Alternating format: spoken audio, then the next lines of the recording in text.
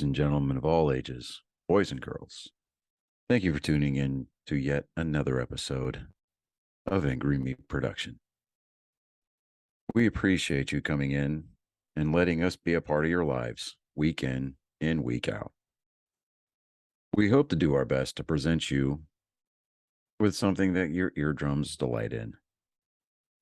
Whether you're looking at us on YouTube or Rumble, or listening to us on Spotify, Google, or Anchor, or any of the other podcast services that we are currently on or trying to get on, we thank you. And if you don't mind, at the end of every episode, stop by, leave us a comment, leave us a like. If it asks for 5 stars, we'll take 5 stars, even if you don't like us. 5 stars are what it's all about. With that being said, we hope you enjoy our attempt to make our advocation our vocation. Ladies and gentlemen, let the games begin. Welcome, Angry Faithful. Today we are here with Linda McLean. Yeah, with some drunk scotch. Why is that not getting? Is it not taking me? I might have to switch the mic out. Okay, we're locked in. Does that sound better? Yeah, that sounds better. Yeah, Okay. I guess that one you have to. Let me. Yeah, it wasn't pushed on the way in. And you're working with Celebrity Recovery, North Texas. Celebrate Recovery. Oh, Celebrate. You know, dyslexia, it really sucks. Would you like me to introduce myself? Go ahead. Yeah. I'm done. My name is Linda, and I'm a grateful believer in Jesus Christ, and I'm in recovery for anger, resentment, and depression. Okay. And I work with a program called Celebrate Recovery, and I am a state representative for Celebrate Recovery. And it's all about life's crazy issues that drag us down. We are here today because we have a program called Welcome Home for the United States military, for the military all around the world, for that fact. But the program is called Welcome Home, and it works with people who have military sexual trauma, PTSD, just anything for military veterans. And it's a strictly part of our Celebrate Recovery program that is absolutely for veterans.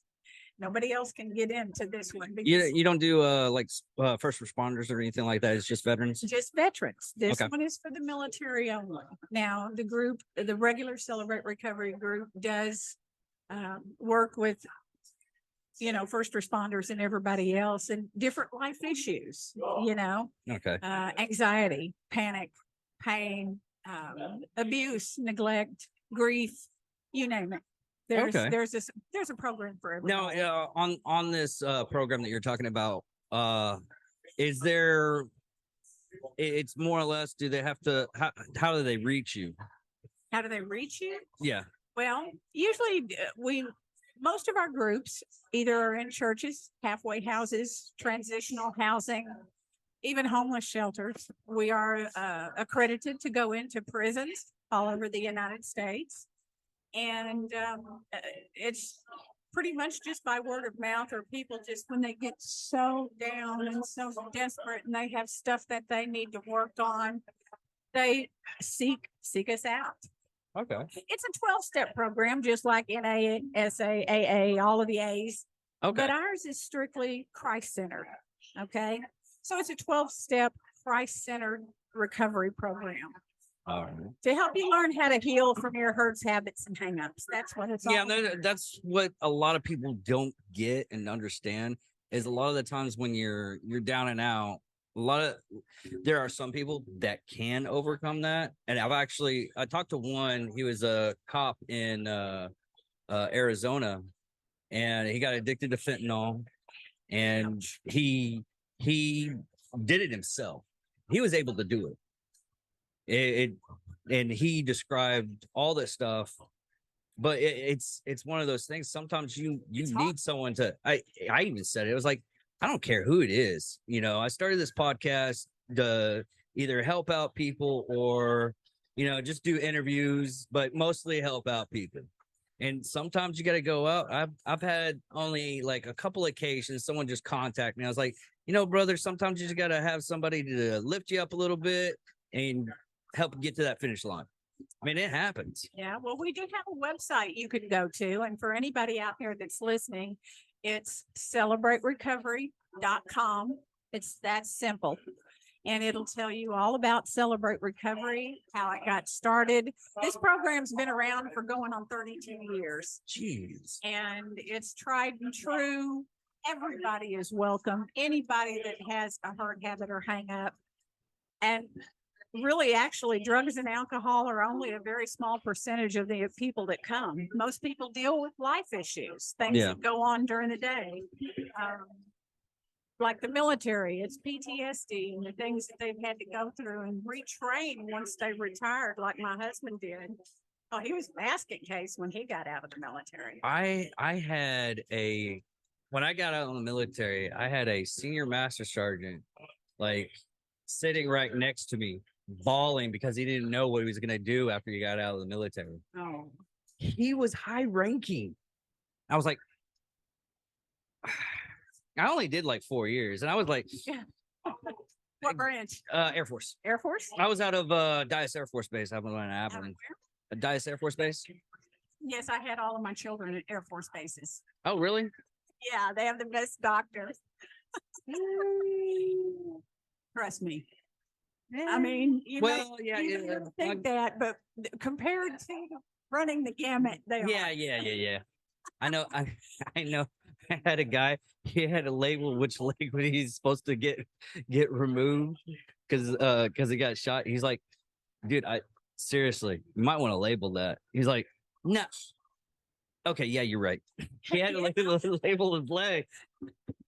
You know, that's the reason why doctors these days take a marker and mark on which knee they're going to replace and which whatever they're going to do. You know? Yeah, it is so. I get a lot of stories from a couple of vets that end up just it's the medical treatment that they really need to fix. And I was like, just recently, people have been sending me this article about the Canadian Veteran Affairs, and they're basically, they don't even care. They're like, well, we got programs to help you commit suicide. I'm like, wait a minute, what? Are you? But yeah, it's and there's some people that are in the VA that they shouldn't be there because they get into the basic fact of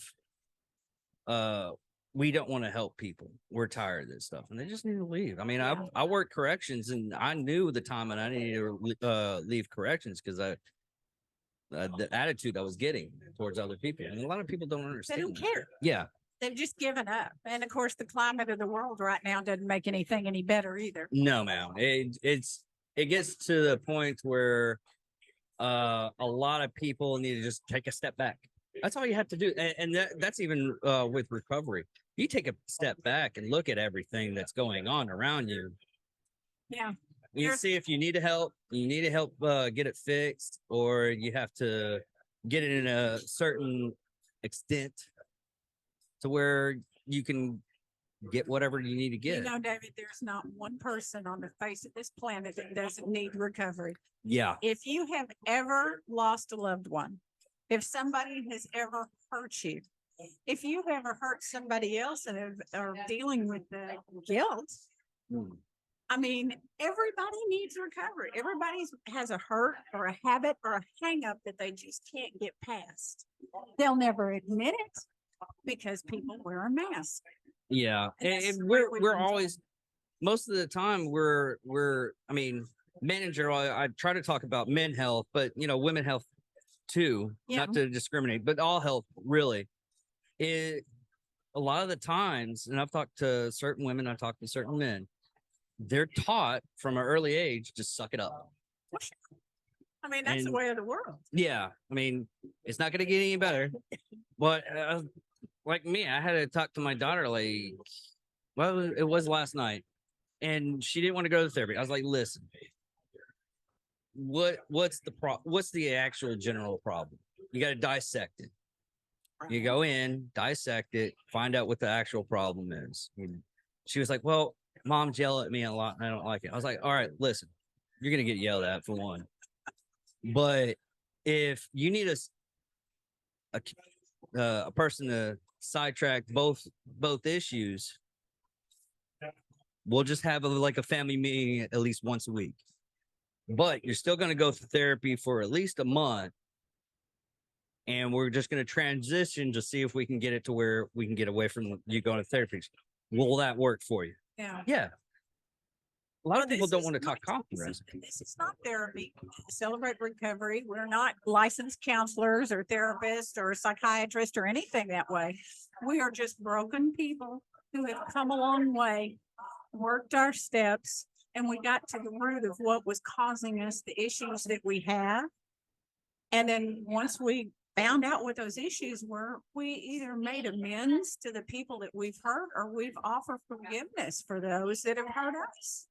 And until you actually dig that deep inside of yourself, you won't ever know. Yeah, some people just need an ear. The guy that co-hosts with me now, and I'll speak about it. He had some personal issues that he wanted to go through, and he needed someone to talk to, and we barely talked. But we had like a 5-hour conversation after I was like, hey, you want to, I have someone to come. I need someone to come on the podcast. You want to do it? She's like, yeah, I love doing that. We'll talk nerd stuff and we'll go off. After the episode ended, we ended up talking for 3 more hours and he got a lot of stuff off of it. Now we're best friends. And I mean- sometimes that's the way it happens. Yeah. And that's the reason why in Celebrate Recovery, we have sponsors, people to walk with us through the journey of healing. And then we have accountability partners, people to keep us in line when we start to stray and go back to that same old issue that we had. Yeah. Sometimes you need a mother hand. Uh-huh. Yeah. But- I'll there's times I need that a lot. Well, then we need to see you at group. I'm in Wichita Falls. I'll come down every once in a while. There. Let me But- tell you. But I'm the type of person that I learned a long time ago. If I have a problem, I'll go talk to somebody. Yeah. And a lot of people, it scares them that I'm actually that open. It's like, you have no idea the reason why I am so open. I have a lot of trauma. I got more issues than National Geographic. I know this. So, and I'll have people like, why are you even talking like that? I was like, dude, you need to talk like that. It's better for your health. I had a comedian. I do a little bit of comedy, and I had a comedian. He was just this. I was like, dude, that's the same way I do it. You got to open up to people. Yeah. I mean, sometimes it's good for the show, and sometimes you just need to take a step back and find someone that will just listen. And strangers are actually, a lot of people talk all their personal life because they don't expect that person to even come around anymore. So That's why it's easier to talk to strangers than it is to somebody you know. yeah, You know, like bartenders. You remember the old thing about bartenders? yes. You can go sit there for hours and talk to a bartender. They can care less, but they'll listen to you. Yes, ma'am. I still think that bartenders need to go in and get at least a certificate for psychology, or they should, after so many years they get like a 2-year degree, an associate's degree. There we go. You know, I used to be a bartender and I used to own a club. And Oh, really? So, that was in my former lifetime. And, you know, I've come a long way since those times, but that's just the way people want someone to talk to. And I would always listen to them because that's kind of what I was taught when I was younger to do. And so that's what I did. And I listened to people and I had fun, but those days are long gone. That alcohol could have been an issue for me. Drugs could have been an issue for me. But my issues were totally different. My kids drove me into Celebrate. Was it? Oh man, I got to deal with this without the alcohol. Yeah, Yeah, no, I mean that stuff was long gone. But when my kids started becoming adults, I mean they were just running amok, and I couldn't deal with it. My husband retired from the Marine Corps after 22 years, and he couldn't deal with society because he was so used to being in the military, and the civilian world was totally unstructured. And when he had anger issues. Yeah. And when his MOS was artillery. So when he Okay. got angry, he'd go blow something up. I'm with that one. I do that too. You It's called gunpowder therapy. Yes, it is. So, you understand then why. And when he left the military and the kids started running amok, and I just couldn't deal with it. And when I came into this recovery program, I was suicidal. And I was one day away from acting out on it. And I was sitting at the computer because I had shut down completely. I didn't talk to anybody. I didn't clean. I didn't cook. I didn't do anything. I was just a body sitting in front of a computer.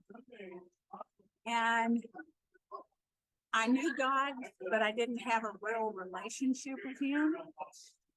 And one day I was sitting there at the day before I was planning on acting out. I was sitting at my laptop and I felt this hand reach down on my right shoulder and grab a hold of it real tight and said very loudly, "I'm not done with you yet."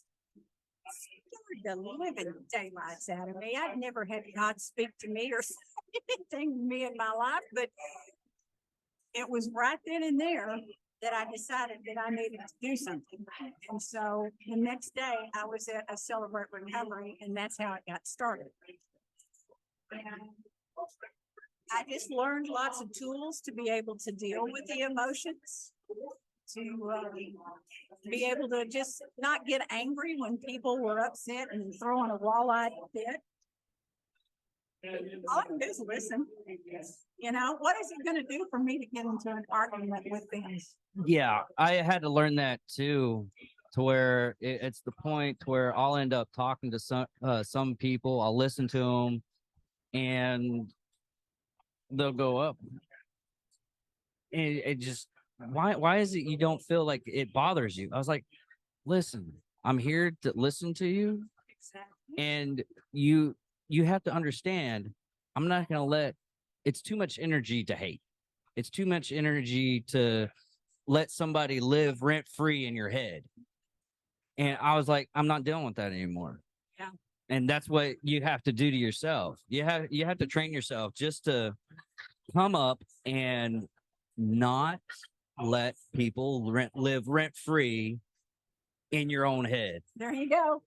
It took me almost about 2 years.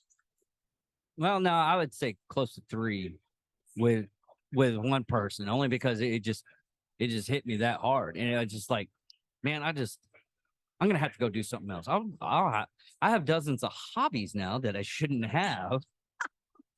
But You don't replace an issue with another issue, David. Come on. It's fun though. I mean, I started running. That was one thing. I started doing a lot more exercise. Yeah. I started running, and then I ended up listening to a podcast about how they got more or less not fixed, but they recovered a little bit easier just by shooting a bow. I was like, I like shooting projectiles, so let's go try that. But I enjoy it. And then it's really sad is I end up, it's through these hobbies, you start finding out other people that have the same hobby, and they get together and we just have fun.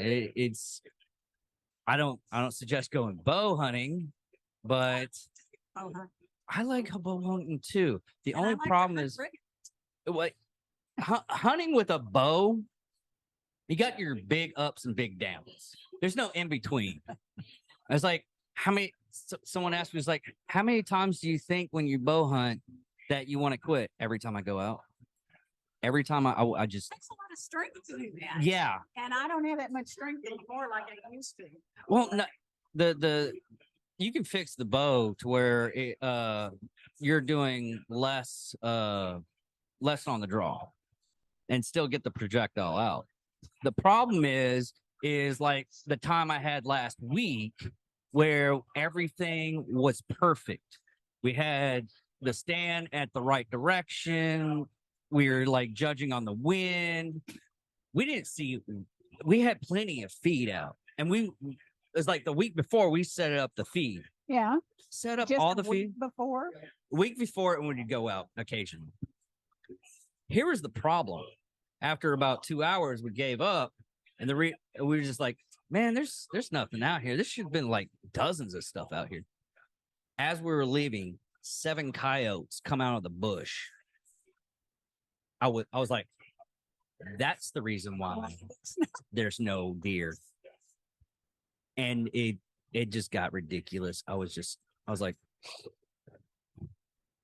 I enjoy this. You have to tell yourself you enjoy it. Yeah, it's kind of like fishing. You sit out Yes. there for hours on end and you don't catch anything, but still, it's the peace and quiet, the tranquility. Nobody's bugging you, nobody's tugging at you. Oh yeah, I put my And- stuff on airplane mode and I just zoom out on the whole majesty of the land at that point in time. And there's a lot of places that you I mostly hunt in North Texas. There's a lot of beautiful things in North Texas, but I went down to San Antonio for the total archery challenge. Yeah. And it was at the caverns down there. Where? Uh, some nature cavern down in San Antonio. Oh, in San Antonio. Yeah. Well, Start me lying. yeah. But we went out there. I think it might be on my, one of my feeds, but just we had like fog come down. It was just so majestic. It really was. Me and the guy that I was with. Digressing, don't you? Huh? You know we're digressing, don't you? Yeah, it happens. Well, we're at the 20-minute mark. I give everybody at least 20 minutes. I had to stop now. Oh, I could have shared my whole testimony. I with you know, in 20 right? minutes. Come on. And But- it's a good one. It would knock your socks off. I've actually, it's one of those things is go ahead and tell your testament. I'll get it done. It's for me, I love hearing those stories. As like the cop that I had on the show, just give it quick. The whole reason why he got addicted to fentanyl and all the pills was he was trying to stop a mother from putting her 14-year-old child into prostitution. Oh gosh. Yeah. And the mother ended up getting back into her vehicle and running him over. Yeah. Oh my gosh. I talked to a lot of cops. I love the cop stories.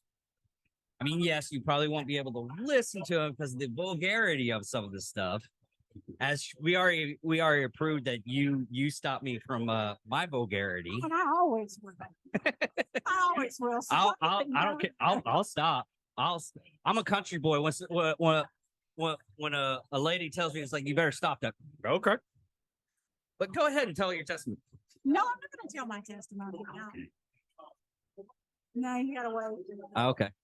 But anyways, that's it for this segment. I will talk to we're gonna get a couple more guests on here. Well, let me get in a ad here for Celebrate Recovery. Just so you folks out there know, and you know, because I sure would like to see you at one of them anytime. There are Celebrate Recovery is in churches. It's in over 300 places in Texas alone. It's in 37 countries around the world. You can find the Celebrate Recovery group on just every night of the week, basically, because they all meet on different nights. So if you're messed up, what we usually say, if you're jacked up one night, you know, and you need it again the next night, go find another group and go to it.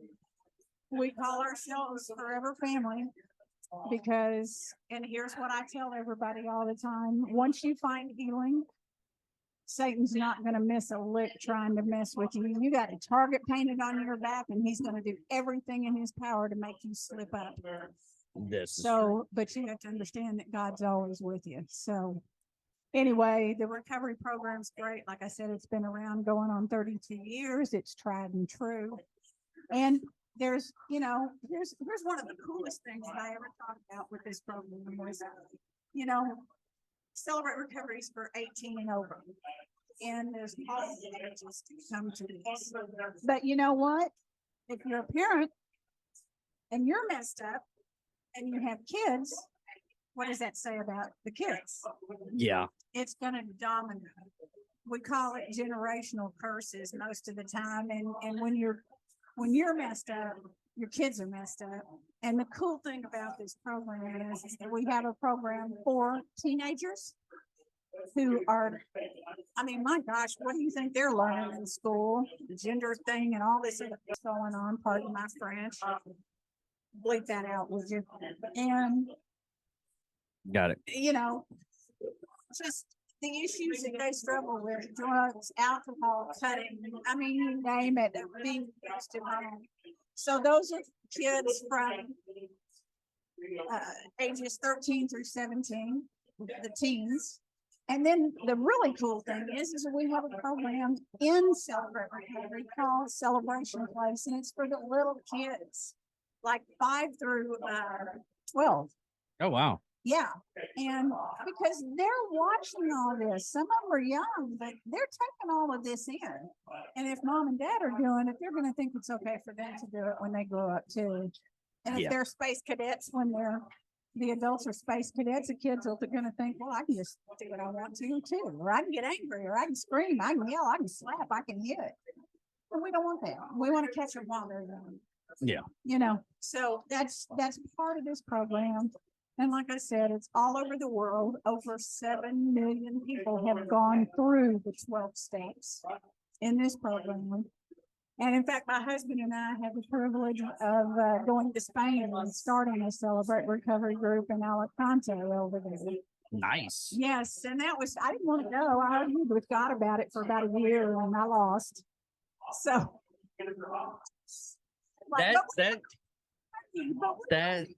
that's really sad that a woman lost on that argument. Yeah. That's a rare rarity. But, it's just an amazing program. And I encourage every one of your listeners and everybody out there. Like I said, it's not just for drugs and alcohol. My hurts are anger, resentment, and depression. My husband's are control, anger, and PTSD. So no matter what it is, if you're struggling with something right now, please go to celebraterecovery.com and look on there. Type in your zip code under find a group and see if you can find one close to you and go to it. And if you don't, it doesn't feel comfortable to you, move to the next one. It's like gaining weight. Move to the next size. Yeah. Yeah. And I'll put the description of that, the link to that thing in the description so everybody can check that out.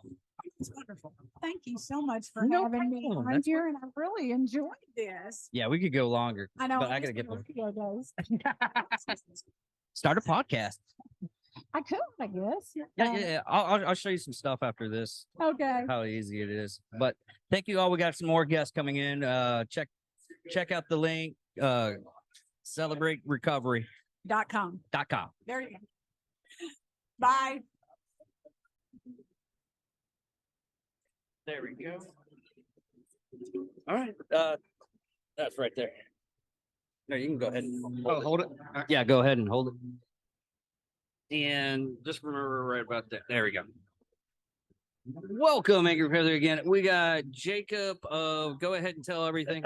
See, I just messed that up. Jeremiah Hurley. Jeremiah. I told you I didn't even remember your name. That's all right, man. It's not real memorable. Yeah, it is what it is. And go ahead and tell your story and what you're doing. So I'm here with the Irreverent Warriors. We are a group out of we're a nationwide group. I represent the Fort Worth chapter of it. We bring veterans together using humor and camaraderie to improve mental health and prevent veteran suicide. Okay, and how do you do that? You were saying that you do rocking.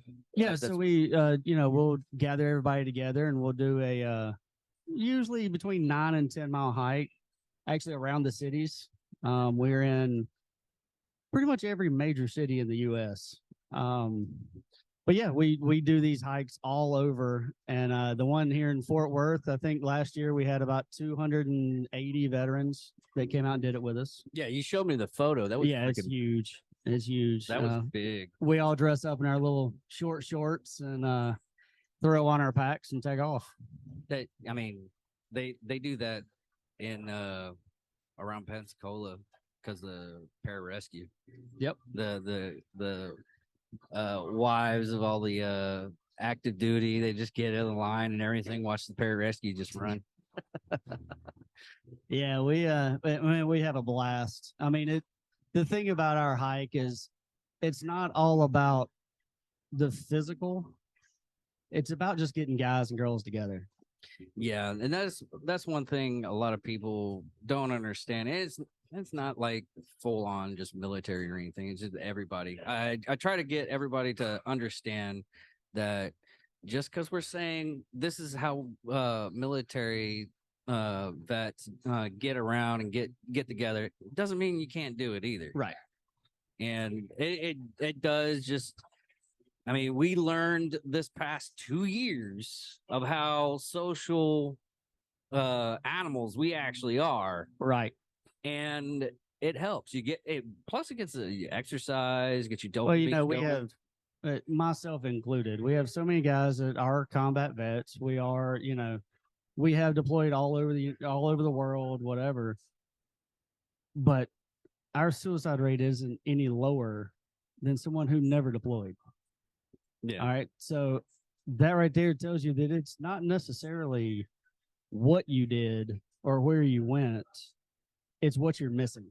Yeah. And most guys, when they get out, guys and girls, when they get out of the military, what they're missing is that group.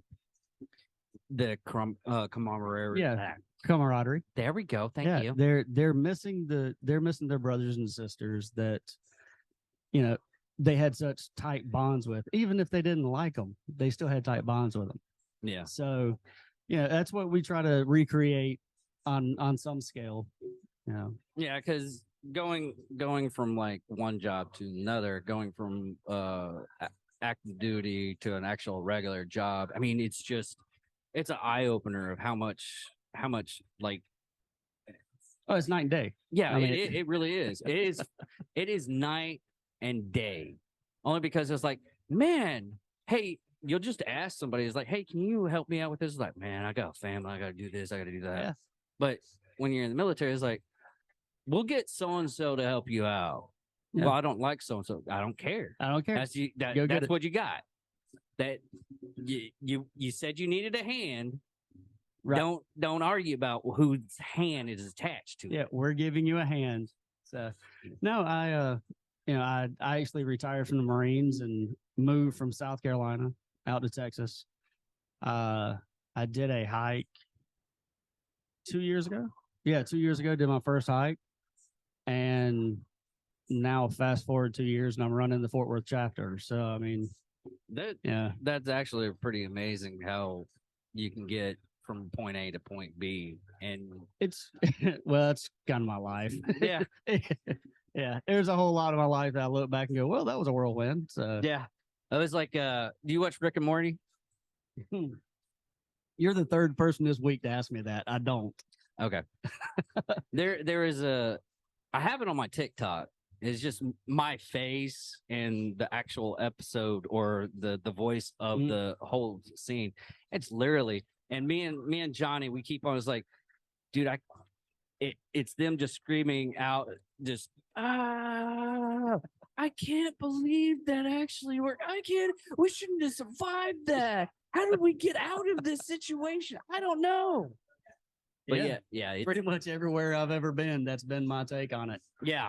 I've had situations. You know, people ask me all the time why I don't dye the white hair in my beard. And I'm like, well, that's because I can name a Marine for every single one that I've got it for. So yeah. Like how I had to deal with this guy. It was really, really bad. And yeah, name all of them. Yeah. Yeah. But I mean, back to our organization, we are a 501c3 charity. And most of just about everything that we do is off of donations. You know, everything's funded by donations, and I'd say about 95% of it is from local organizations that support us. How do you go out with getting volunteers for those? There's a lot of people that would just want to volunteer their time and Volunteers for like helping out, giving out water and stuff like that. So the hike itself, it is 100% veterans. You have to be a veteran to actually participate in the hike. But if somebody wants to donate their time that wasn't in the military, then all they have to do is get in touch with us and sign up. With everything we do has an Eventbrite. They can go on Eventbrite and register as a volunteer.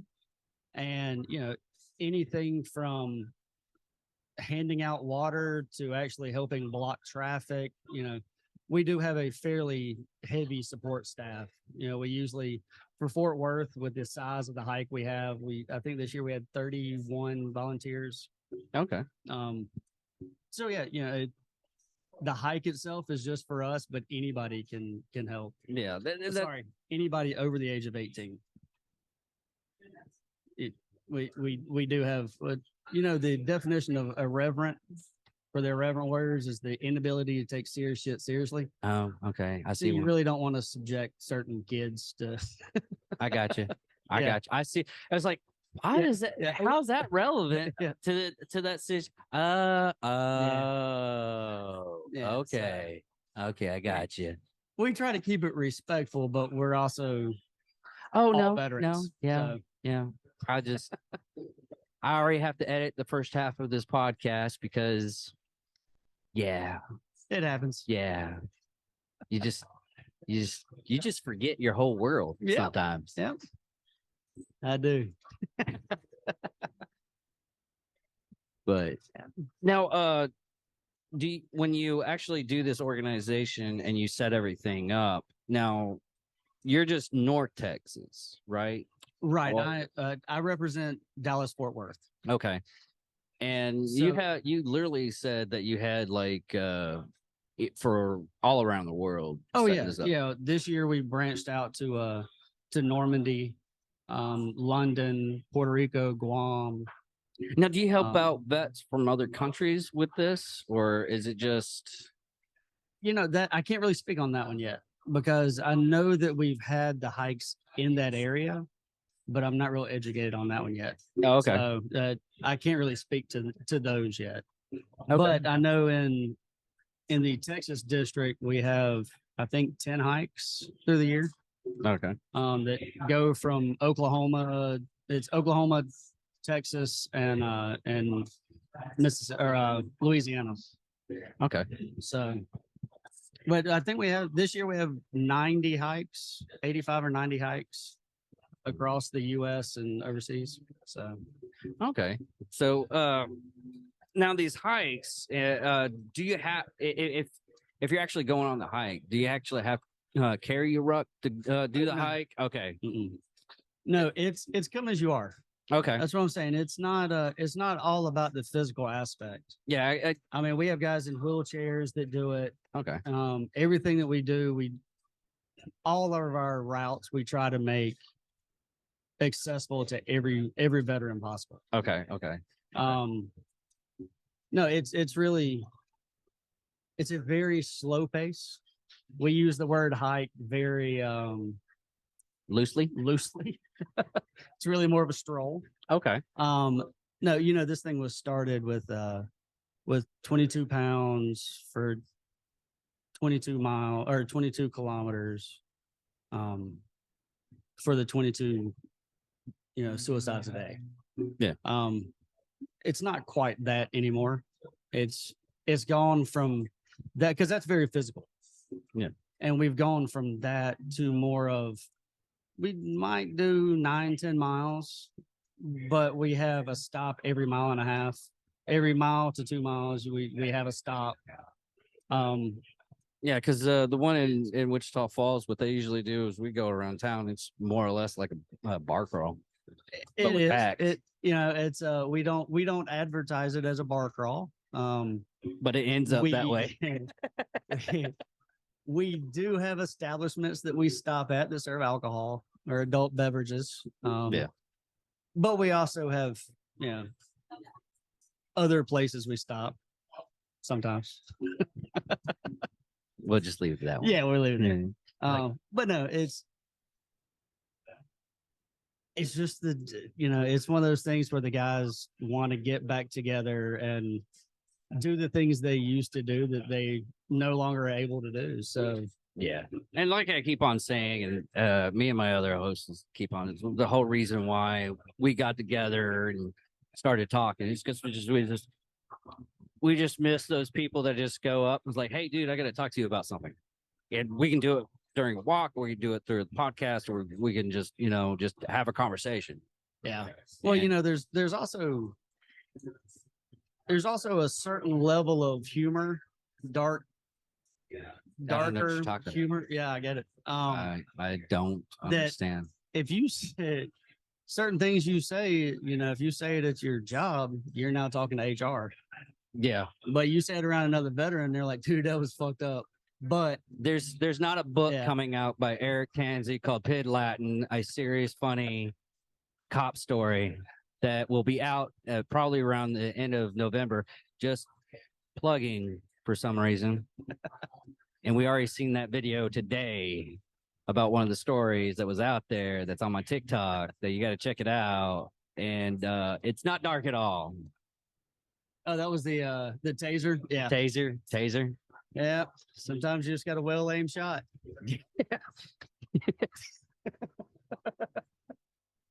That was It's pretty much the epitome of a well aimed shot. Yeah, exactly. It's one of those things that he's putting these stories out. We can put out stories too about our time, and we'll say some messed up stuff.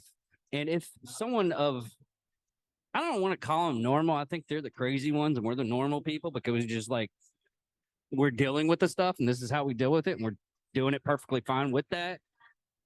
And the crazy people just look at us strangely, like Calling us the normal ones is a stretch. I don't know, bro. I mean, don't know. I mean, I could introduce you to some people that I hang out with on a daily basis that you'd be like, no, that's not normal. It's you must have been in the Marines. I can see. I mean, you are coming out from the Air Force side, so it's a little different. I have to tell people that the fact of that and the fact of I was also a correctional officer at this. I've had people just, they thought they were tough, and I started talking about some of the stuff that I had to do as a correctional officer. It was like, because I've gotten it was a needle dart, probably about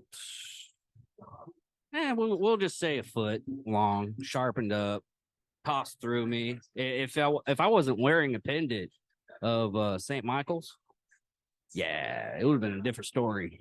That sucks. Yeah, but it's one of those things that it's not a different breed type deal. No. That's the reason why I call them normal people, because No, sometimes it's a stretch. I'll grab it at that. Most of the people I've talked to, it's like, man, you are just not normal. It's like, yeah, define normal. yeah.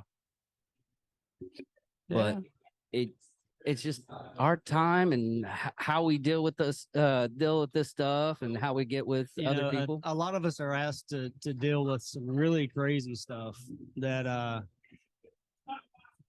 if you're not in the right mindset for it, like it's oh yeah, you'll get, even if you're in the right mindset for it.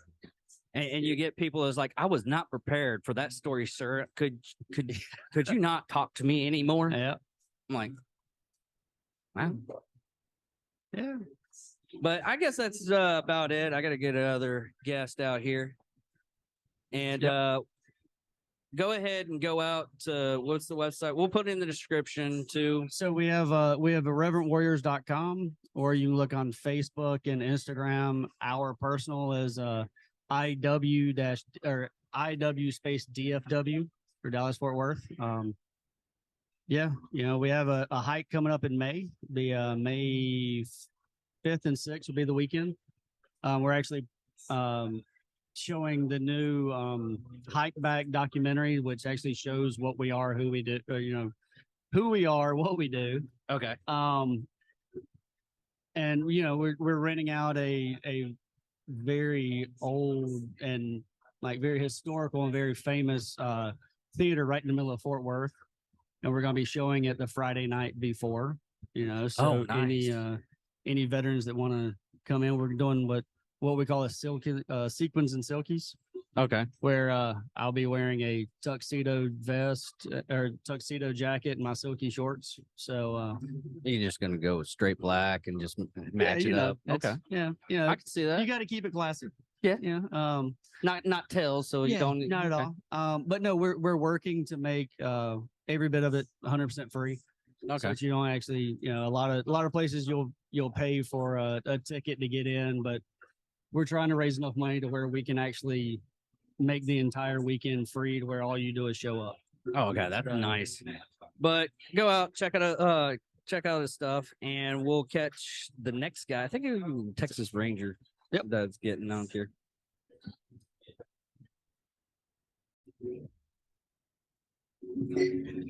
Well, yeah, we have a Texas Ranger, not the actual Texas Rangers, for the baseball team.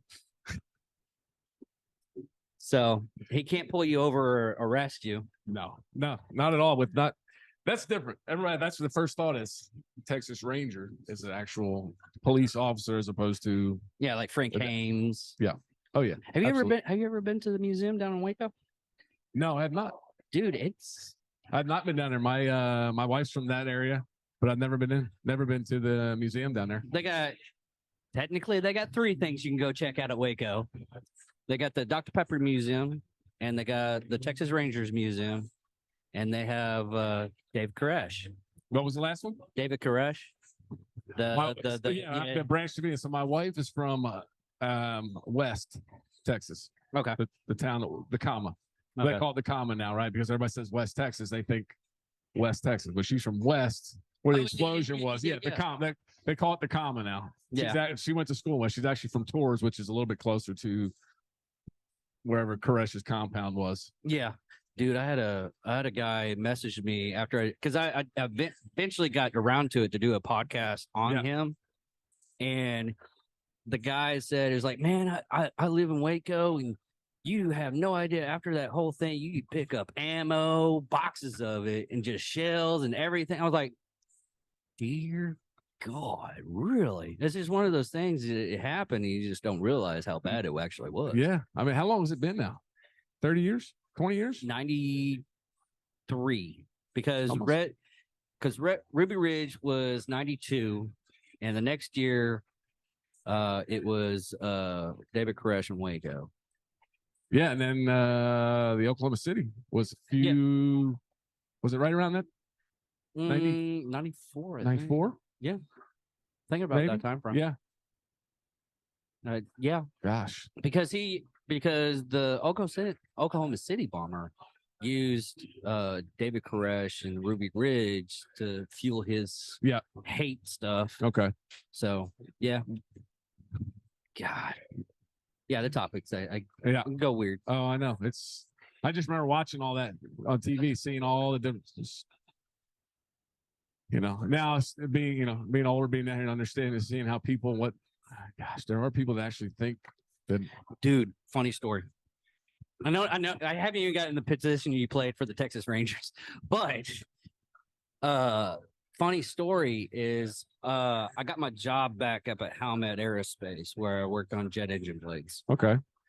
And me and the HR guy that was rehiring me. Yep.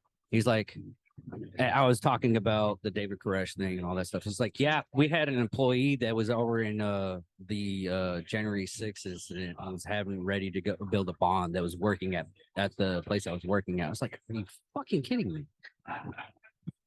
I had read, as in the last, 5-6 years, that there was another offshoot of the Branch Davidian, and like Arkansas, they were trying to buy the property or something that he still had. If I read it, remember the internet's 100% true. No, you're absolutely right. Yeah. Right? There was I a had to go- group, yeah.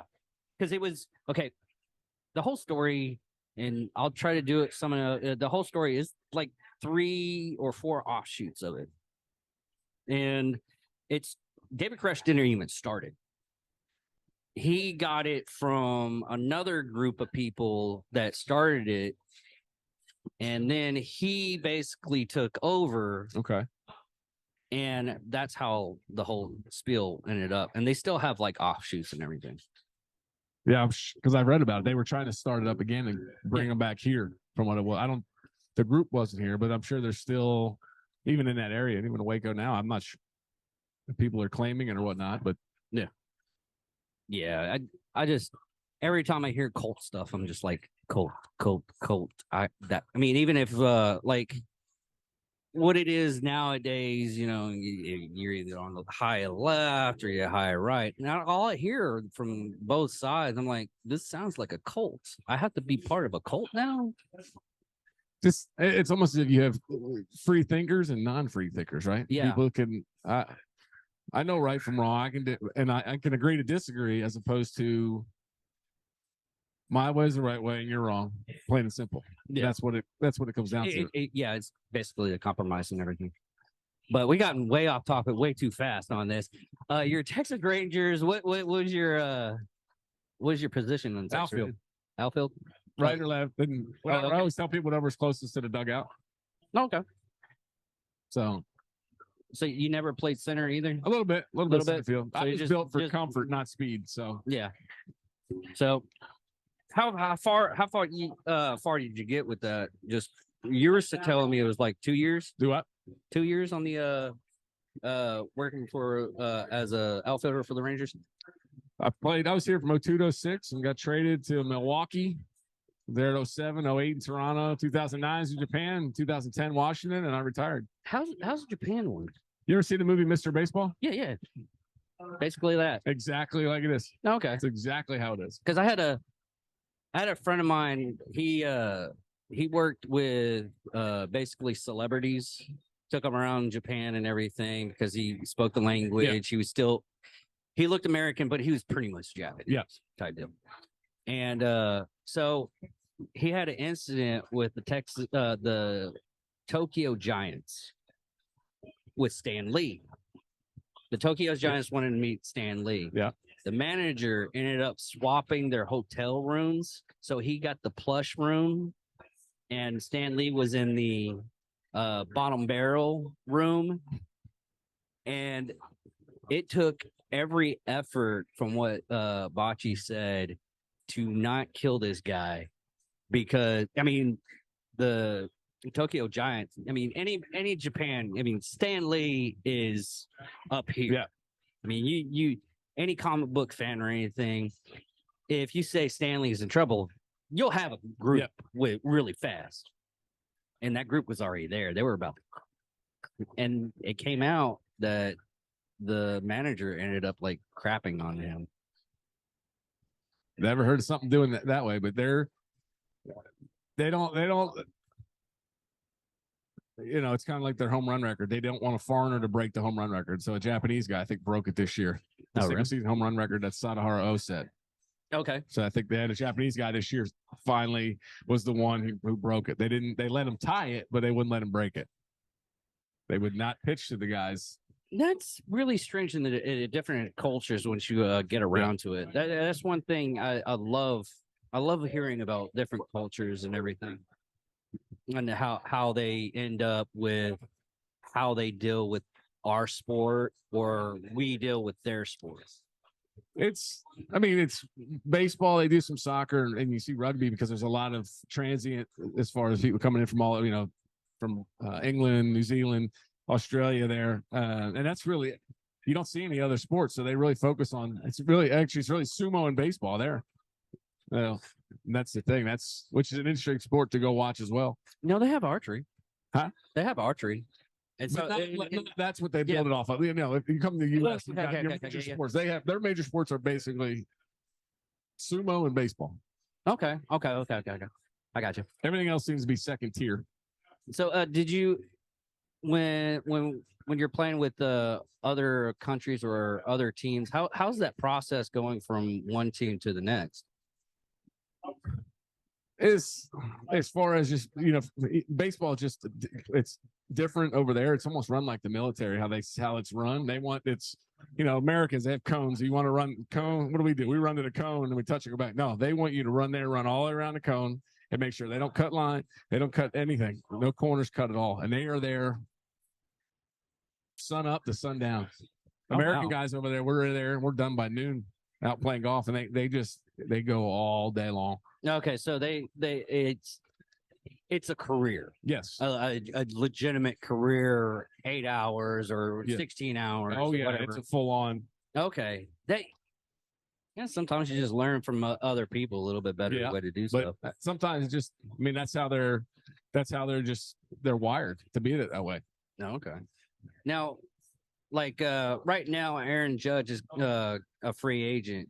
With that actually happening and everything, when you're transferring teams, because there's a lot of players that transfer teams that they just don't mess with a new team. How do you go out and meld a little bit better with the teams that you work with? It's tough, especially that you're a free agent and you sign a deal, and then the guys that depends on how much he signs for, what if they pay him, I don't know, some exorbitant amount of money, what other money they're going to spend it on, right? If you need pitching, right? So what do you do? Well, we just gave him all this money. How are we going to help out the rest of the ball club type of thing? So, some guys think that way. Some are just get what you can and go. And so I don't know. It'll be interesting to see what happens this winter with with free agency and everything else. So but you see the guys all the time. So somebody on the team knows about whoever they're usually bringing in, so they have some sort of relationship. They know what kind of person they are, type of clubhouse guy they are, and they go from there. So it just really depends. It's each guy's different. I've always got wanted to know the spending habit of owners and everything, because I think that's how fantasy football or fantasy baseball derivative form, because you guys spend a certain amount of points to get certain players at times. That's when they had that luxury tax. And it used to be where if you went over the luxury tax, the money that you paid for luxury tax went to the lowest of the least amount spent teams. So back to a point where the Yankees were spending $60 million over the luxury tax. Yeah. So whatever that money went to Montreal. But the problem was, I think the owners were pocketing the money. They weren't spending it on free agents to kind of create more of a level playing field. That was the whole idea of we'll let you spend it, but that money's going to go to other teams so then they can spend it. That's why the luxury tax was created, to do that. I don't know if they still do it, but it's, they want to raise the salary cap certain each year. Hockey, I don't think they can go over. You've got so much you can spend per team, and that's it. Yeah, and that's the difference. Like with the NFL, they can spend as much money as they possibly want, but other teams, in my opinion, I think it would actually works out for like having that type of cap, because it creates parity. Yeah, it does. And you can't really just spend as much as you want to get that one player that you've been wanting to get. Yeah, there are ways guys they can. I'm not sure if they defer the contract, if that doesn't count against the cap. So if you sign for $500 million, you defer $200 million to the end of your. I don't know if that how it's set up, how it's structured because if it'll hamper them in 10 years or whatever it is. I'm not sure how they have it all set up. It's above my pay grade. Oh, okay. That's one of the things you didn't get into the owner's box. Yes. So what do you do now? I do. I work for a marketing company around here. I also do a podcast myself. It's called the Big Head Pod. It's on dubtalks.com. Get on there and talk about baseball.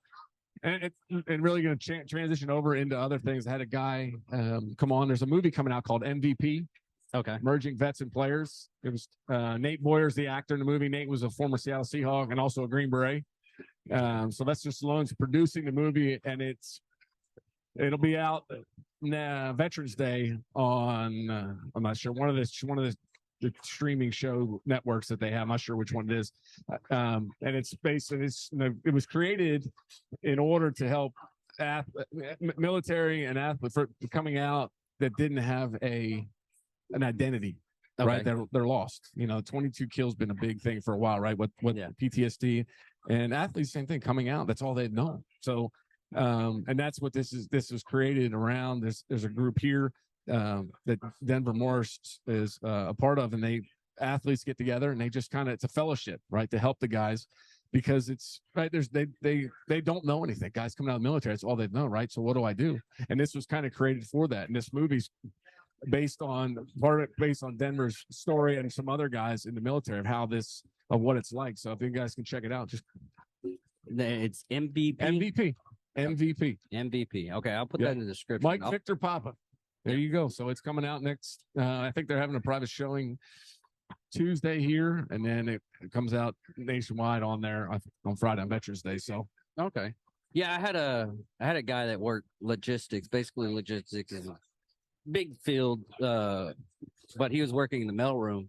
He was retiring as a master sergeant. And as soon as he retired, I was getting out. did my 4 years, so I was getting out, and he's like, I don't know what I'm gonna do. I was like, oh, dude, it'd be all right. You can figure something out. Then he just started bawling. I was like, at that time, I didn't get it. Yeah.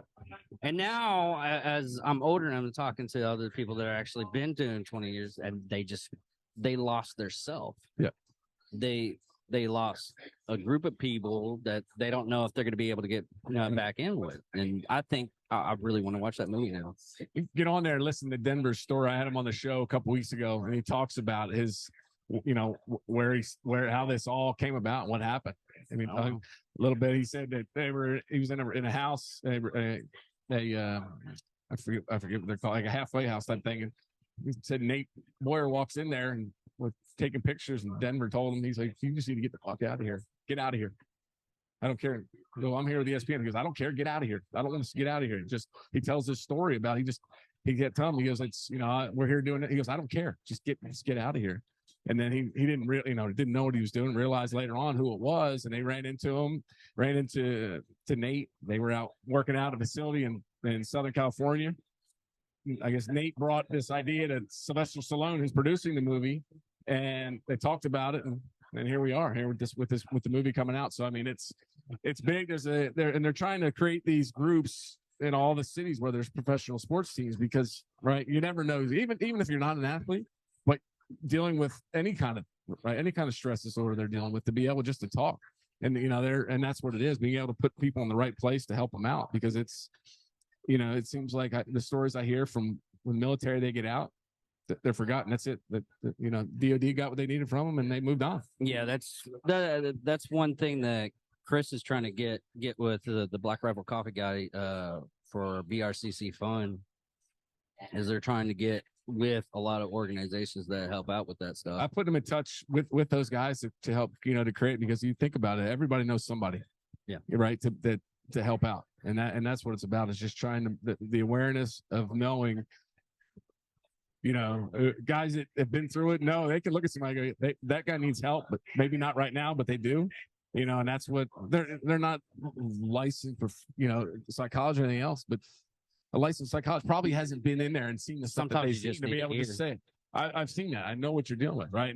And I had that talk with Denver. He goes, I can tell now. I can see guys that are struggling and know if they're ready for it yet or they're not. So, and that's the thing. At least if they do, they can see it, and that person's not ready, they'll keep an eye on them, right? So it's just of knowing, hey, when you're ready, right, to do it, and that's the biggest thing. It's raising awareness about it, because it's the mental health side of it it's huge, and I'm sure it's scary as anything, especially if that's all they've known.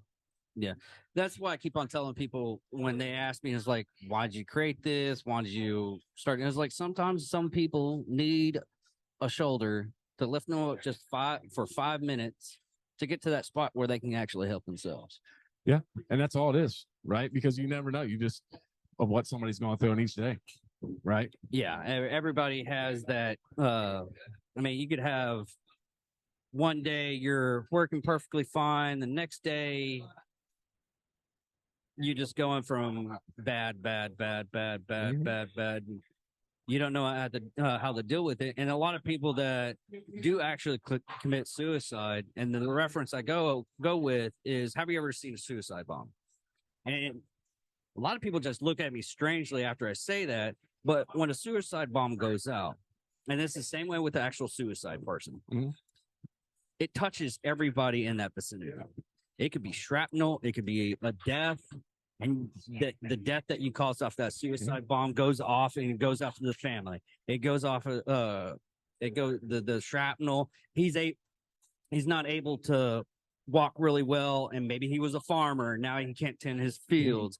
You have so much potential of just being there at times and looking for the next day than you do just, you know what, I'm just gonna end it today, I'm tired, I don't want to deal with it. And sometimes you're just gonna go, pick your shit up, let's go. And that's how I kind of got tied in with the military side. Jenny Finch was in town. We got to talking. She goes, I have a softball game coming up in Sulphur, and they're bringing some Wounded Warrior amputee softball guys. So I met with those guys and started, traveling around with them and helping them out and seeing all amputees, whether they're, bilateral, losing knee. There's two of them, bilaterals. The first bilateral police officer is in Nassau County, Long Island. The second one is here in Fort Worth. Police officers. Doing that, of how this was created for that, but hearing the stories. These guys are 22, 23, losing a leg. It's something I like to talk about. Some don't. My buddy of mine I had him on. He talked about it. He lost his foot just above the ankle, and he could talk about it. He goes, yeah, we were. He said that next thing I know, I look and I was more stunned. And then one of the guys in my unit came by and he goes, here's my toes and this and that. And there's some guys that just can't talk about it. Right. Yeah, so it just depends. But you're right though. What it does is it touches everybody, and like the ramifications, not even the family back here. Right. Because I was talking to my buddy, his dad was saying, he goes, yeah, we get the phone call that that Matt had been hurt over there, and so what a parent's thinking, right? So it's just because it's just the soldier that's hurt doesn't mean it doesn't affect somebody back over here, right? So that just continues to, and that's the thing. I think a lot of people don't understand that. I don't think anybody wants to have that kind of mindset. Yeah. If it's not their world, then they don't have to deal with it. And I've had to talk to. And I hate to use this reference at times as a political scale, because I had a person who just like, I don't like that guy as a political person. I was like, okay, why? If you ask questions, it's like, hey, why do you? Well, we got it down. I got it down to the point where it's like, well, it doesn't affect me. I was like, okay, what you just said is wrong because XYZ. Because I know history. I'm a history buff. I love history. Because there's the ramifications of what we have done in the past. It's coming to biting us in the ass now. Yeah. And a lot of people don't understand that. And they live in their own little world and they don't want to go out of that world. And the same thing goes out with other people trying to help other people. Sometimes the best way you can help a person is give them a high five or waving at them and give them a smile. You could have just prevented like an onslaught of pain. Yeah. Yeah, it's tough. You hear the stories about the guys that come back from Vietnam. Nobody wanted them around, right? And it's some guys, it wasn't their choice, right? This is what I was told I need to do. That's it. Yeah, right? They're blaming them for it. And I'm sure guys, still the same way now coming back. Well, what are you doing? And it's got to be tough. It's just a matter of. That's another thing that surprised the holy hell out of me was the fact of I'm starting to hear people talk like. Back in the time frame after Vietnam War ended, they're starting to like, oh, you're a baby killer, you're this. I'm like, where are you getting your information? Google. Yeah. Oh, it was the internet told me it was that, so it's true. Yeah, it was a clickbait. It was this article, and the clickbait just said that, and then I was like, "Did you read the article?" No. I just read. I was like, "Really?" That's the world we live in, right? They see the 10 seconds on TV, but they're missing the other 2.5 hours of the movie. Let's not base it off of that's what we talk about. The competent, right, people that free thinkers understanding. Let me process this first before I just rush to judgment because somebody told me through somebody else that somebody else said that this is truth. So, okay. That's why a lot of people are pushing towards podcasts nowadays for information. I've had people like message me because I'm open. I don't have to. If someone messages me on there, I tell everybody, hey, message me. I'll come out and talk to you. And I've had people come up and ask me about something that happened in current events and my thoughts. I'm like, all right, let me look into it.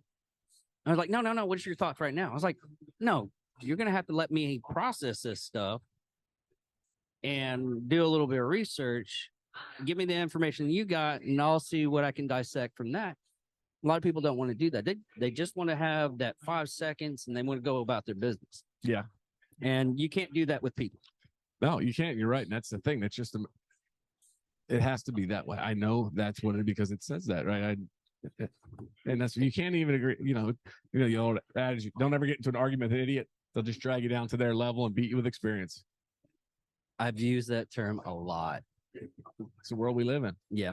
Well, I had you on for 25 minutes, so we can go ahead and head on out and check with other people. And thank you for coming on. Absolutely. And, let's switch over information and everything. I'll have you on my podcast, or I'll be on your podcast. I don't care. But I great for having you on, sir. Absolutely. Welcome, Angry Faithful. Again, we're at Vetfest dinner tonight on Sunday, and we got Kurt, the person that sets this all up and everything. And how's it going, buddy? Hey, David. It's hard to believe it's the second year already. We work really hard throughout the year. We think we have all the time in the world, and next thing you know, we're on the last day of the second annual Window World Vetfest Dfw, and being here at the dinner tonight at the Big Apple Cafe, we're expecting a big crowd. Yeah, we said it this morning when me, you, and Patrick went out to go eat. You were like, man, we already done the 2 days. Yeah. We're on the last leg of it. Yeah, I know it's crazy, but yesterday the Trinity River Distillery, the owner Tom had made a comment that he seems to think we had about 300 in attendance throughout the day yesterday. So nice. We're hoping that we have a good attendance tonight at the dinner and auction. Yeah, and we're here at the Big Apple. Next year, I don't even know where we're going to set it up next year, but this year, I enjoy this. It's fun. I got to meet some interesting people, make some good connections. I think I made a couple of people super friends because they already. I was like Brian from that that Relief. I can't remember the name of that group. But he was texting me all last night because we're trying to figure out how to monetize on Rumble. Yeah. So. Well, we had a handful of vendors last night, and the Vetfest, the main day on Saturday, is not about our organization, Veterans of Operation Iraqi Enduring Freedom. It's about all veterans and all organizations to help put the word out for them and help them continue doing whatever they do.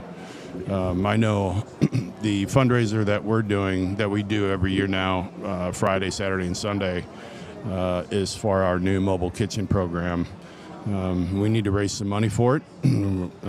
So I'm going to ask you and your fans out there to pony up and scrape the crust off the wallets and go to the website at voief.org and donate and help us out. And if you're in town, then next year you need to come to Saturday and then come to the dinner. There's a lot of exciting stuff going on. Yeah, that's one thing I just love about this is all the help that you actually give out with this organization. It's the whole reason why I started coming down here. And you got somewhat of a pretty face, somewhat.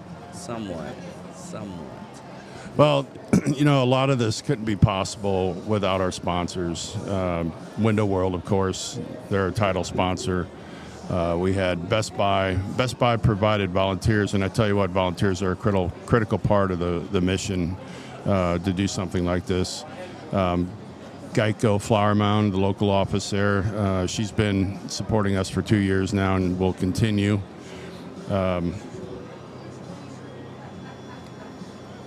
Big Apple Cafe and NYPD Pizza and Deli. So we got some big names going, and hope to continue. And if you guys have a sponsor or have a company that wants to be a part of this and attach themselves to us, then reach out to David or reach out to me, Kurt Schwab, through the website. All right, everybody. Thank you for listening. We're going to get some other guests on here, and this is only going to be the audio portion. I should have said that in the beginning of it, but all right. You got my levels good? Yeah.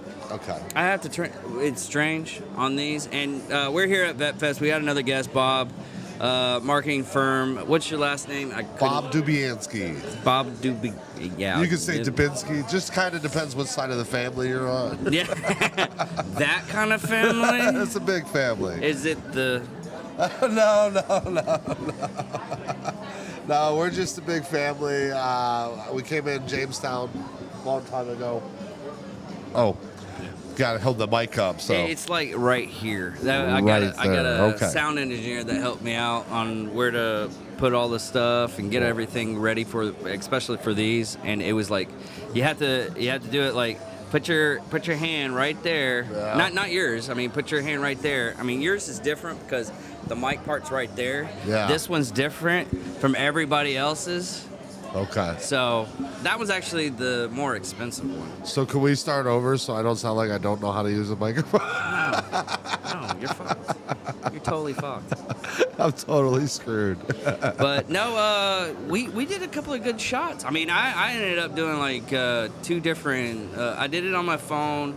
Do you still need those shots, or do you got plenty of shots? I got plenty. I came out to shoot the event yesterday just as kind of a pro bono. A lot of times when we get involved in a project, whether it be web work or social media or something like that, we'll come out and shoot just as part of the process. I don't charge extra for that, and I'm real friendly with the raw, meaning I will put my files up for other people in attendance who are part of it and stuff like that.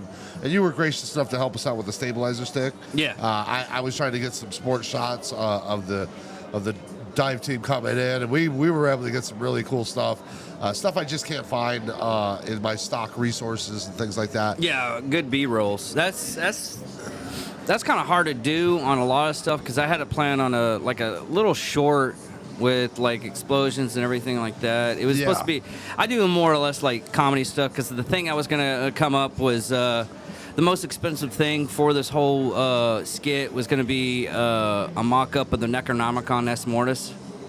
Very cool. Very cool. And it was there's this guy. He's a comedian. I have a couple of comedian friends down in Wichita Falls, and he was gonna hand the book. He was like, "Hey, I've started reading this book and everything," and it was just gonna be one of those things for like Halloween. I couldn't get everybody. That's one bad thing about the area I'm at. It's getting everybody together at a certain time frame. Yeah. It can be tough, especially when the only incentive is to be part of it. You know what I mean? It's tough. You want to get everybody involved and everything. And sometimes it's tough. It's like herding cats. You Even if you offer money, it's still hurting cats. Yeah. Well, I mean, that's the thing. Is it's more about. I don't think it's the money issue. I think it's more about like.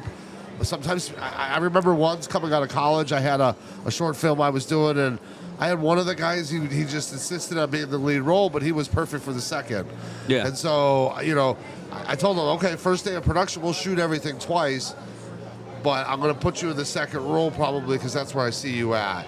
And so we go into the day 2, and he's like, I'm not doing this anymore if I'm not getting the lead. And I'm like, I'm sorry, man, you're the second. And so he's like, well, it just goes home.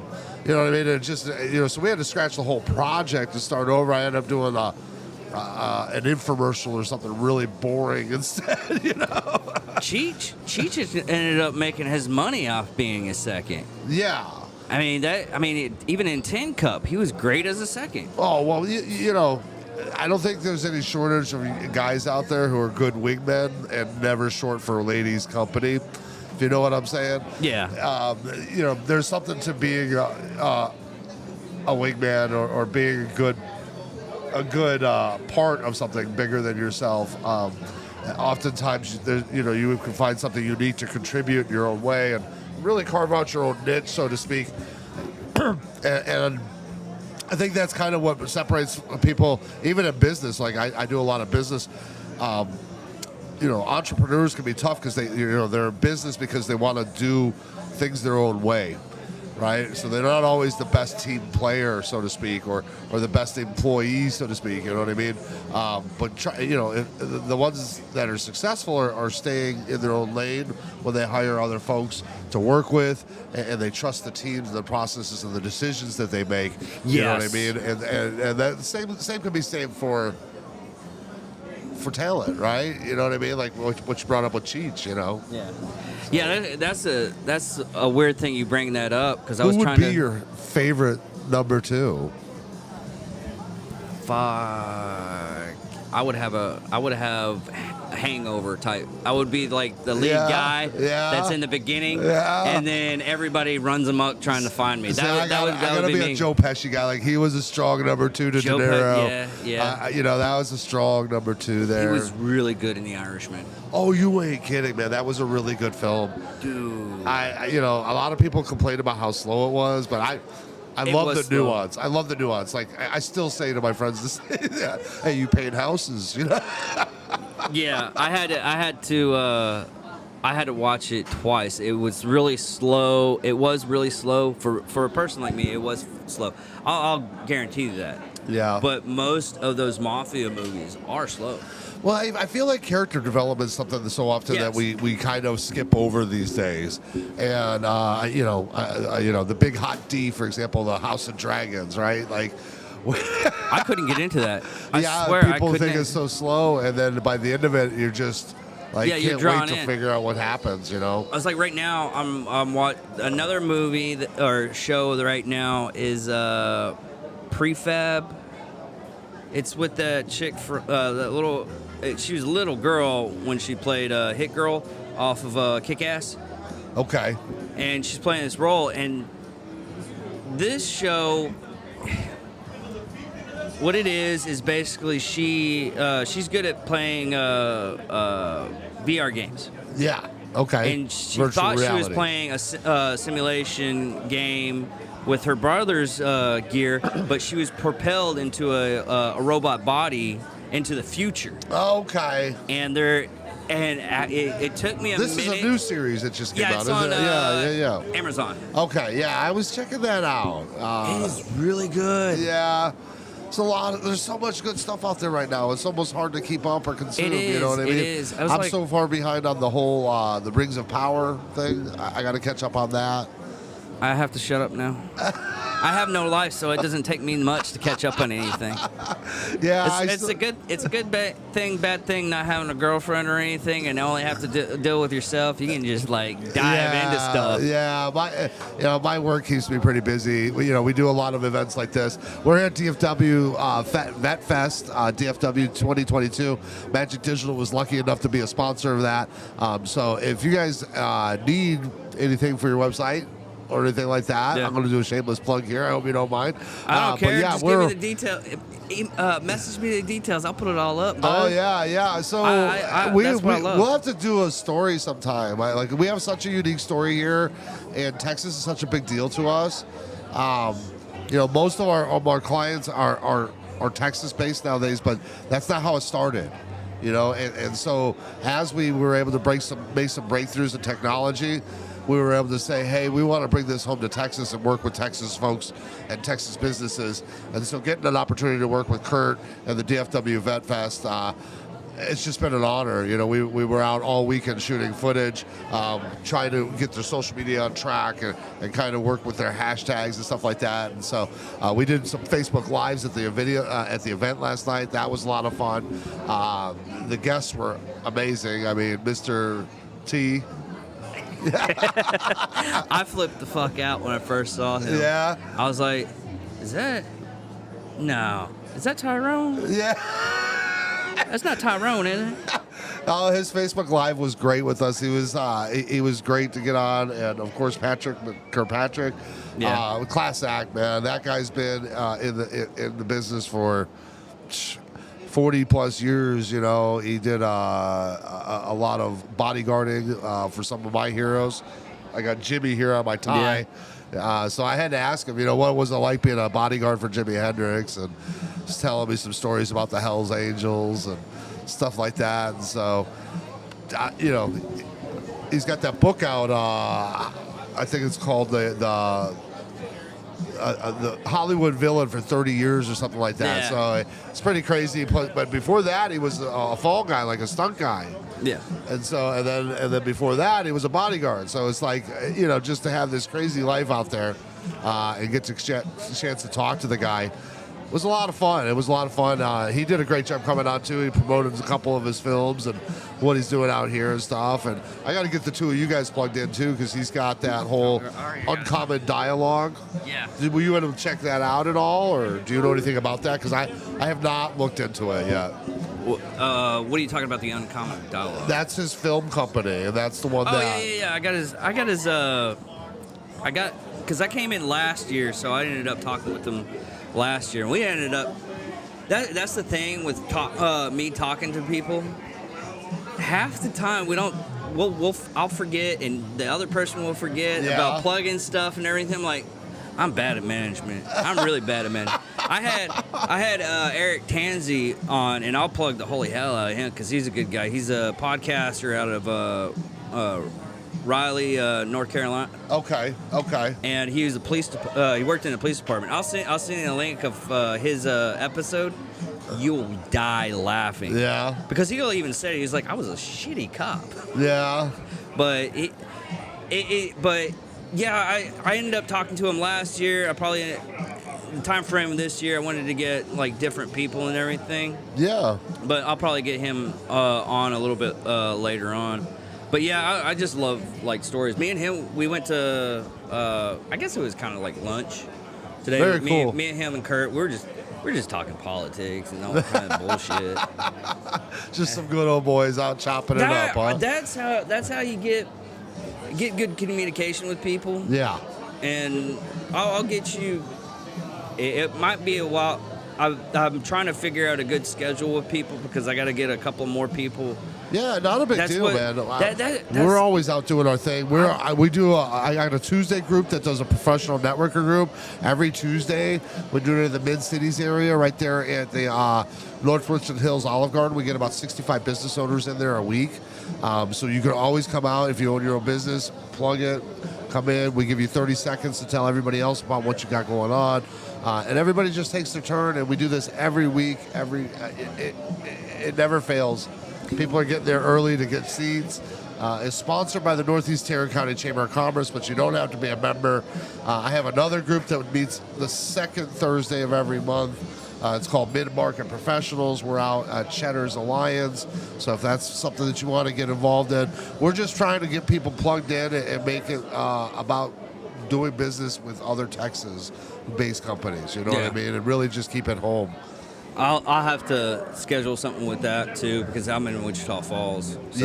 Yeah. But yeah, every time I've come down here to do stuff down here or visit somebody, I've always gotten like a plethora of people that I can contact. That's why I keep on having to come down. You got to check out KBEC. We did a mobile app for those guys. Now that's Real Texas Country is what they call it out that way.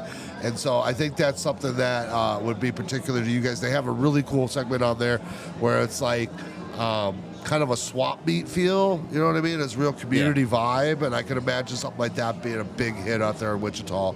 Been through there a couple times. I'll talk to my friend. She's a promoter, so she could probably set something up like that. That's the thing. I started getting in like it was like a weird meet. You know, I don't know what it is. It's one of those feelings I get. I'll start like flipping it because I'll just like add people to my Facebook page just so I can get like people to look at my stuff and hopefully I get a hit. But I'll end up like scrolling through there. It's like, oh, who's that? Or someone liked my page is like, hey, you should come out and do this. I'm like, who the hell are you? Yeah. And I'll start talking to them and meeting up with them. And I was like, we have like a really good bond, and we end up like hanging out. I'm a friendly, oriented person, so I can get almost anybody to talk about it. Never met a stranger. No. And for certain guys, it just comes natural, and that's the thing is I like to connect with what I call other connectors. You know what I mean? I always considered myself to be a producer. I don't do a lot of board opping these days or production management. Most of my stuff's post-production, but I do a lot of client management expectations more these days than anything else. And it's fun. When you work with somebody and you see their business go from, 2 trucks to 44 trucks over the course of 7 years, and you're involved in that, there's a lot of fun to that. It's the IKEA effect. Yeah, well, just making a community of the an impact on the community really is what it's all about for us at Magic Digital. So, you know about the IKEA effect, right? Kind of. I've heard what it is, and you can use this to help. It's like, it's the IKEA effect. The IKEA effect. Okay. Be proper and everything. What it is a person doing 80% of the work, but the people around them are only doing 20%, and they feel they contribute to that project in such a way that they feel that it's more or less they're giving more of themselves to that project. Yeah, well, things take on a different meaning when you own it. You know what I mean? I've seen some really cool projects take place in the community when you get people that step up and they own it and they say, hey, it's up to us to make that happen. Yeah. And there's a lot of power to that. You know what I mean? There's no shortage of people deflecting that type of energy as well. Yeah. So. And what one of the business people that I like to listen to a lot, Evan Hafer, Black Rifle Coffee. I mean, I just him talking about it. It's like, man, it's just a worry because I've started this business as a small business. Now it's a big business, and I got all these people I got to worry about now. Yeah. And I'm dedicated to that. Yeah, well, it's interesting. That's one of the things I always try to do with big people early on is have those type of conversations, finding out what they want, what they're looking for, how they want to grow. Not everybody wants big business problems. You know what I mean? Yeah. There's ways to keep that small and manageable and grow more organically.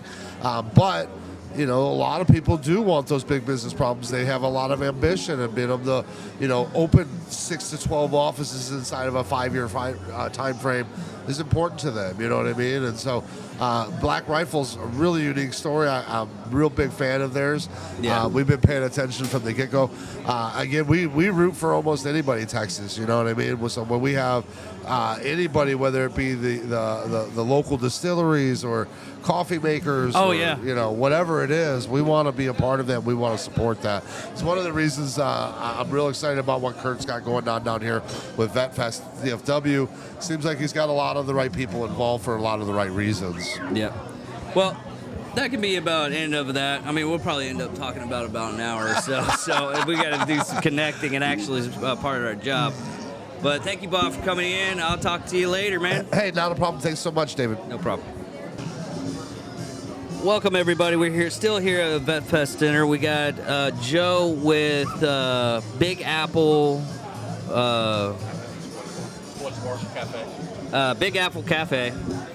Sorry, I just blank out as soon as this see cute stuff. Go ahead and tell us how you got, because you're from New York, aren't you? Yeah, I've been came down here in 1980, 81. I graduated college in 80, came down in 81, followed my parents with American Airlines, opened the Big Apple Cafe in 1992. We've been open for 30 years, been blessed with many, many, many great people, great staff, enjoyable environment, and continuous success. So we're very fortunate what we're doing. Okay, and how long has this business been here? We've been here 30 years. 30 years? We've been here 30 years, and I also have another place called NYPD Deli over in Euless, and they've been there 26 years. Okay, what do you serve there? It's NYPD, New York Pizza and Deli. Okay. And it's pizza and deli sandwiches. We've been there for 26 years there. It's been pretty awesome there. So did you have were you in like the NYPD, or did you have? No, I just It was just an idea of the name. coming from New York, Okay. My original partner, Rocco Sofio, him and I was sitting down with my brother Tom, and we came up with the Big Apple Cafe. And then one thing led to another, and then I had another partner called Randy Martin, and we came up with the NYPD Deli. Okay. And been very fortunate, and we are pro blue. We back the blue. We back the vets. Yeah, I have a lot of cops from North Carolina that come on the show, and they have some really good stories. I love the cop stories. This is the reason why I started doing podcasts, because I just love the stories. And cop they can stories tell are the many best. stories. Yes, yeah. They are. And you know what? We're blessed to have them taking care of us. Yeah. Along with the veterans that took care of us and got us where we are today.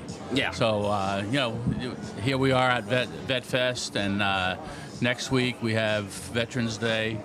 So all I can really say to people is just, support not only the vets, the blue, but, respect one another. That's the one thing this country is lacking right now is respect. Yes, that is definitely true. I had a lot of it was like Eric Tansey from Failure Stop Podcast. They have humanitarian the badge, basically getting people. Everybody's idea of cops is always bad, only because most of the time you're getting pulled over or anything. I've had BC Sanders, who's from North Carolina. He's a lieutenant there, and he was telling a story on the cast that of how at one point in time he had to sit for like an hour with a person that the pond that they're fishing out of, it has a suction to it. Oh wow. And the two kids ended up dying, and the guy that he was consulting and everything didn't speak English that much, but he was there. He was there. Yeah, yeah. And people don't look at the other end of the police department and what they do, and yeah, they do a lot more good than bad, and there are some bad apples in everything we do. There's some bad apples in every company you can go into. You name it. I've tried to tell that because I worked corrections. I worked corrections down in Wichita Falls, and every day was a different day when I was working there, only because you don't know who you're working with. Right. But I didn't have a problem with a lot of people, but a lot of people just don't see that. Right. They only see like whatever is being posted on the media. Well, or the going out. media is negative. The media doesn't. You're not going to get sales promoting positive. I think Right. what you're going for is if it doesn't bleed, it doesn't lead. Yeah, and that the media is extremely negative and disoriented about how good America really is and how good the people in America are. We do many, many, many charitable events here. Yeah. And Christmas time, we have a Christmas with the kids. We're doing this year. We have 18 special needs adults that we're giving Christmas to. Okay. So that's something we do here at Christmas time, and that all my customers, all my staff, they've been doing this. We've been doing this for 30 years. Yeah. So not only does Vetfest, other veteran stuff that we do, Christmas, special needs. I just reach out to people and say, do good for one another. Yeah, and that's one thing that a lot of people don't really understand or get, because the biggest thing that I try to tell people is like, to really help a person, it's the simplest thing. Say hi to them, wave at them, give them a smile. And like, how is that going to help? They could have a bad day, and the only thing they have going for them is that smile and that wave and that how you doing. Well, when you come into a restaurant, one thing I tell my employees is that there's two things that they'll remember. They'll always remember if there's a negative, aspect in their stay, to a certain extent, but they'll always remember when you say hello and goodbye. Yes. And if you say goodbye, and I have people yell across the way, hey, have a good day, all right? You just say have a good day, we're blessed. All right, and you got a salutation and greetings and salutations. Strange thing you say that, because because when I was in the Air Force, I ended up going in and going overseas to different places. The one thing I tried my best to do was learn how to say hello and thank you in that place's language. I mean, it's tough, but it's something simple. Goes back to what we said a little bit earlier. That beautiful woman that wrote that song, R-E-S-P-E-C-T. Yeah. All right, Yeah. and she was a class act, and respect. Again, that's all we ask. Yep. I respect your opinion, you respect mine, and we live another day. Yeah. But A lot of people don't get that, but thank you for coming on. I just want to thank you, if for having me on. I No want to problem. say, the Big Apple Cafe, NYPD Deli, God bless Vetfest, God bless America, and God bless you guys. Yeah. Thank you very much. All our love.